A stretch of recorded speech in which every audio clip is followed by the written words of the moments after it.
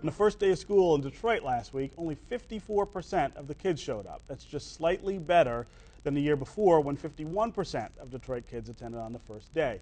Truancy is one of the biggest problems in public education, and that's especially true in large urban districts. But it's not hopeless. United Way of Southeast Michigan, which is now managing several public schools in Detroit, has made real headway on the issue of attendance. Here to talk about what's working is Mike Tenbusch, who is United Way's Vice President for Educational Preparedness.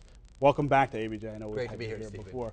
We had you on right as you guys were starting what you were doing, and I've been out to see what you did, especially at Cody High School. But I know that your focus in the first couple of years has been on reducing dropouts, and that you sort of see reducing poor attendance as a key to the dropout issue. Yeah, I mean, in the education field, we've refused to confront the brutal facts for a long time. And so the news you see this week that half the kids showed up for the first day of school, we're starting to confront the brutal facts, and that's a good thing.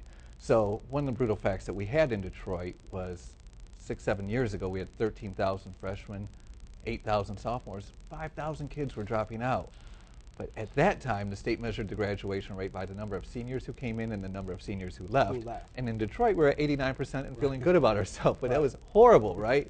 Hemorrhaging thousands of lives, but telling ourselves we're at 89% graduation rate.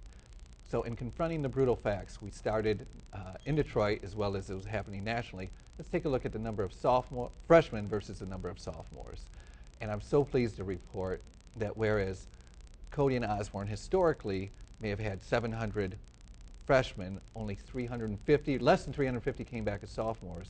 When we started 3 years ago, we had 700 freshmen, and last year, 720 came back as sophomores. Is that right? So instead of having half the kids coming back, we had all the kids come back and then more. So we're really seeing good results. So what are you doing? What are you doing to fix a problem that everybody else seems mystified about? Well, I heard the mayor talk about culture change, and it's critical. It's culture change, and culture change is so much about having the right vision, getting the right leader and leadership team moving towards that vision, and then confronting the brutal facts, talking about the things that aren't right. And so some of what we're doing is talking about it. But the important thing was to measure.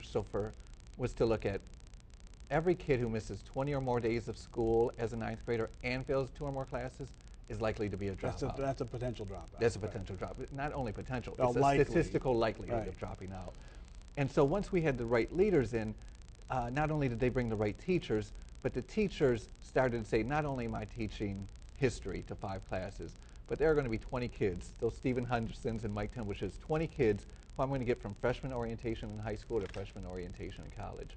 So if it was the first week of school and Stephen wasn't showing up, that teacher was calling to say, you're off track for graduation right now. And that's been the big thing, is moving it very personalized. Each teacher has 20 kids for 4 years. Yeah, and see that, I mean, it doesn't seem like it's rocket science. I mean, that makes a lot of sense. If a kid's not in school, where we went to high school, UD High, if you didn't show up for that bell at 8:30, they were on the phone to your house to say, where's Mike or where's Stephen?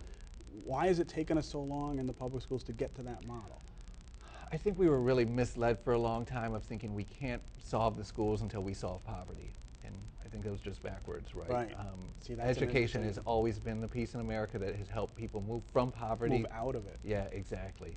And so I think you're just seeing in the last few years a real ownership of the schools in the community. And it's not just the United Way, the Skillman Foundation, New Detroit, Black Family Development. There's so many people who are now saying, wait, if we're not graduating 80% of our kids, and I say this, we're now in 12 high schools, not only in Detroit, but in the suburbs. If they're not getting 80% graduation rates in their 4th year by their senior class, I need to be fired. It's your responsibility. Yeah. And it's not the parents. It's exactly. I mean, and that's, I hear that from lots of other places. I mean, I hear that from some of the charter school operators, the better charter school operators in town. I worry that we're not getting that message through to DPS itself. Are you more optimistic about that? So I am optimistic.